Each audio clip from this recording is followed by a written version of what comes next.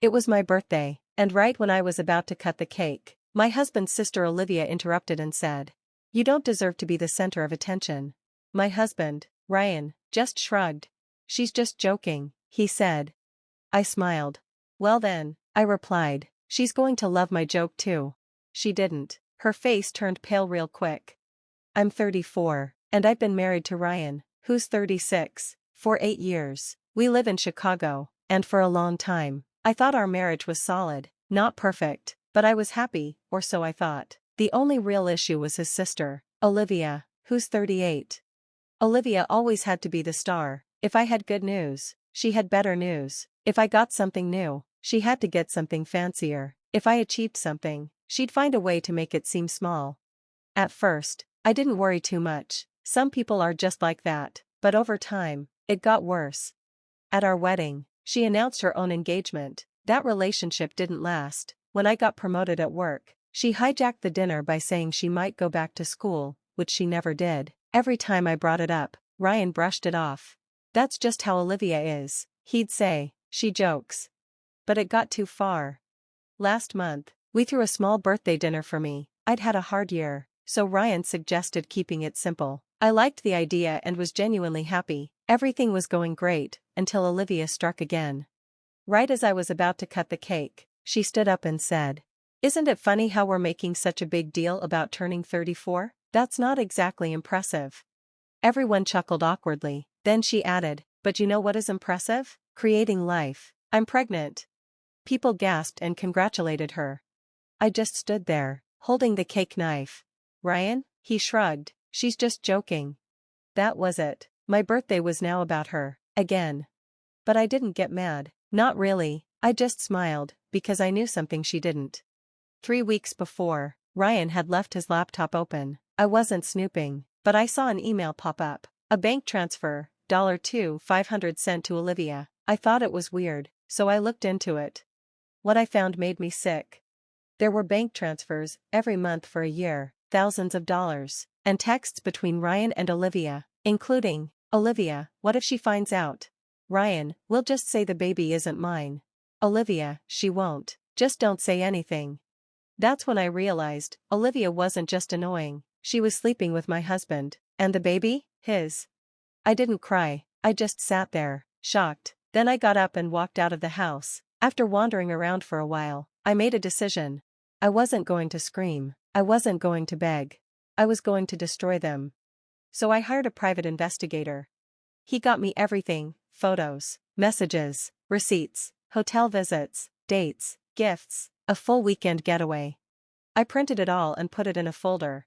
Then I waited. I waited for Olivia to do what she always does, steal the spotlight. And when she did, at my birthday party, I made my move. I raised my glass and said, "Wow, Olivia, a baby? That's amazing, especially since the father is already married." Dead silence. Her smile vanished. Ryan turned ghost white. Then I pulled out my phone and played a recording. The room exploded. Olivia gasped. Ryan stuttered. His mom looked like she was going to faint.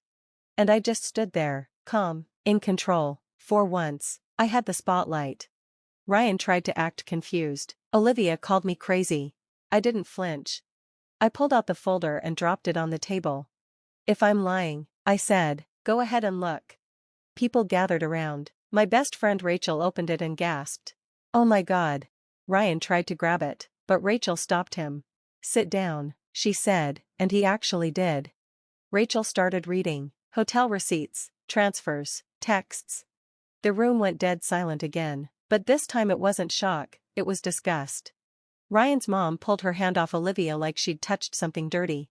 "Tell me this isn't true," she whispered. Olivia couldn't say a word. Ryan looked at me and shouted, "Why would you do this?" I laughed. "Oh, I'm sorry, Ryan, was I supposed to let you keep sleeping with your sister?" More gasps. A glass dropped. Ryan turned red. "Lower your voice," he hissed. Olivia finally spoke. "You don't understand, Ryan and I." She stopped herself. She knew she'd said too much. Then she ran. She shoved through the crowd and bolted out the door. Ryan ran after her. I turned to the room. "So, cake, anyone?" Nervous laughs. Rachel clapped me on the back. Ryan's mom started crying. She collapsed into a chair, sobbing. "Oh my God." Rachel patted her. "Need water, or maybe a therapist?"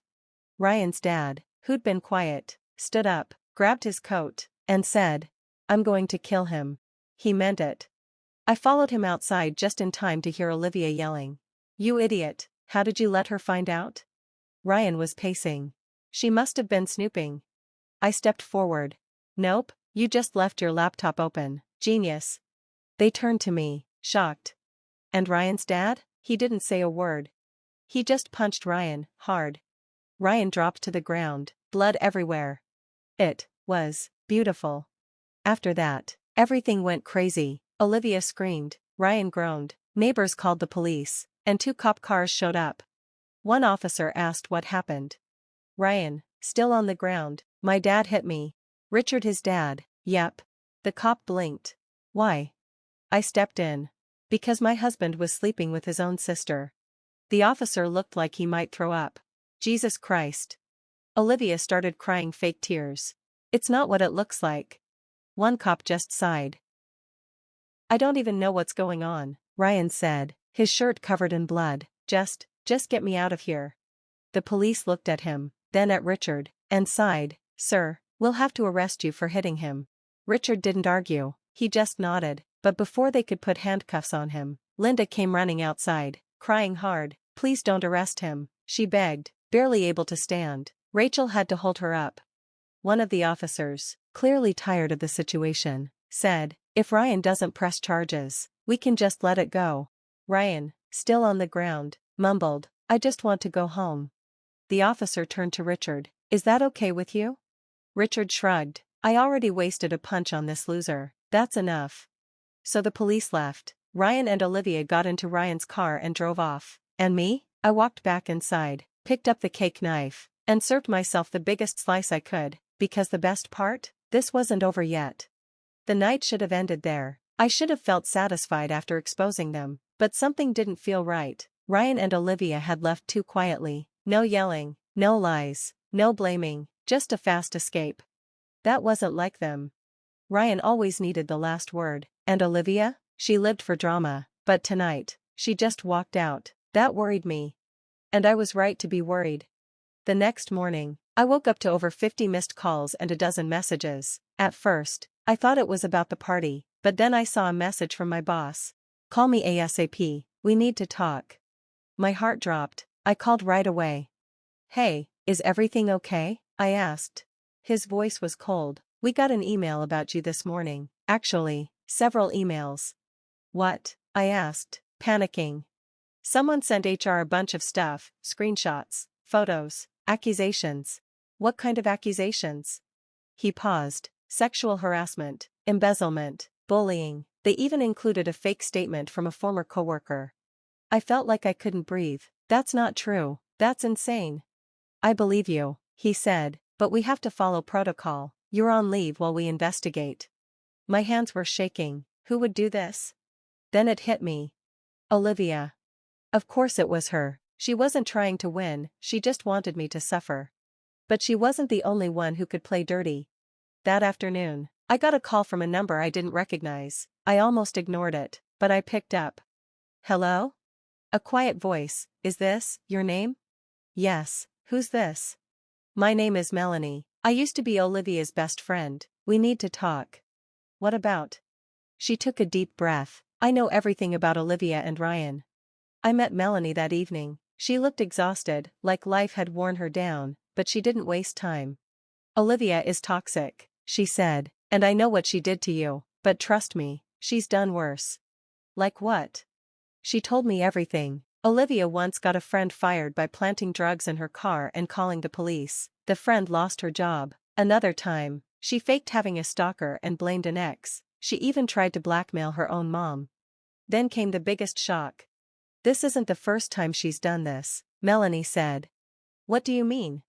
3 years ago, she had an affair with another married man. When his wife found out, Olivia made up lies about her, just like she's doing to you. What happened to that woman? She lost everything, her job, her reputation. She moved away. Olivia won. I felt sick. "Why are you helping me?" Melanie looked me in the eyes. Because Olivia finally screwed me over too, and now, I want her to burn. I went home, shaking with anger, but focused. This wasn't just about me anymore. Olivia was dangerous, she had to be stopped. So I called the private investigator.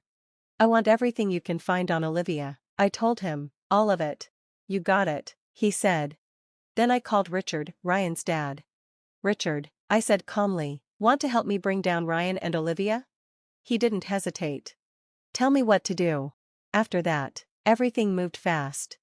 The PI found legal records, past scams, and proof that Olivia had been sued before for lying about people. Melanie helped too. She reached out to Olivia's old friend, the one Olivia tried to frame with drugs. That woman agreed to talk, and when I heard her full story, I knew what I had to do. It was time to end this. We set up a trap. Richard convinced Linda, Ryan and Olivia's mom, to host a family meeting at her house. We made it sound like a way to talk things through and make peace. Ryan and Olivia agreed to come. They had no idea what was waiting for them. That night, the air was tense. Ryan and Olivia walked in, pretending everything was fine. Olivia wore her usual smug smile, like she still thought she could talk her way out of anything. She was wrong. Olivia had no idea she was walking straight into a trap. Richard sat at the head of the table, looking angry. Linda looked exhausted, with red eyes from crying. Rachel and Melanie sat beside me, ready to support me, and across from us were Olivia and Ryan. The storm was about to hit. Richard started, we need to talk about what you two have done. Ryan sighed, Dad, come on, this is ridiculous. Olivia crossed her arms, what do you want from me? I leaned in, we want the truth. Olivia scoffed, you already know the truth. Ryan and I are together, you need to get over it. I smiled, oh, Olivia. I wasn't talking about that truth. Then I pulled out a stack of papers and put them on the table. This, I said, flipping through them, proves you've been framing people, ruining lives, and destroying reputations for years. Everyone here is about to hear who you really are. Olivia's smug face dropped. What is this? This is, she snapped, her voice getting high and shrill. I turned to Melanie, tell them. Melanie took a deep breath and looked right at Olivia. You framed me for drug possession, Olivia. You planted drugs in my car because I started dating your ex, and you wanted to ruin my life. Linda gasped. Olivia froze. Melanie went on. Then there was Leah. You accused her of harassment at work. She lost everything because of you. Olivia's hands started shaking. That's not true, she shouted. I slammed down the last paper, then explained this. It was a police report from when Olivia was 18. She had falsely accused a teacher of inappropriate behavior because he gave her a bad grade. Richard jumped up, his chair scraping the floor. You did what? Olivia's face went pale. It's not. She turned to Ryan. Ryan, say something. Ryan opened his mouth, but no sound came out. He looked at the papers, then at Olivia, and for the first time, I saw fear in his eyes. You did this? He whispered. Olivia's panic exploded. So what? She screamed. So what if I did? I survived. They deserved it. That was it. Olivia had sealed her fate. Ryan stepped back like he'd been slapped. His face went white. Oh my God, he whispered. I believed you. He ran his hands through his hair, shaking his head. I ruined my life for you. Olivia's eyes widened. Ryan, no. You love me. You said we were in this together. Ryan took a step back. No. You used me. You used everyone. I ruined my marriage for you. Olivia lunged at him, grabbing his arms. Ryan, please. But Ryan pushed her off like she was poison. Stay away from me, he whispered. Then he turned to me. I am so sorry. It should have made me feel better, it didn't. You don't get to be sorry, I said. He looked down, broken, defeated. I have nothing left, he whispered. And I didn't feel bad. Not at all. The fallout was fast and harsh. Ryan's family cut ties with both of them. Richard kicked Ryan out, and Linda refused to speak to them again. Olivia lost everything. The people she had hurt came forward and filed lawsuits against her. She was officially an outcast. Ryan disappeared. Last I heard, he was living in a cheap motel, unemployed, friendless, full of regret. I got my job back. HR realized the accusations against me were false and even gave me a promotion as an apology. And me? I moved on. I took a solo trip to Italy. I reconnected with old friends. And most importantly, I never looked back.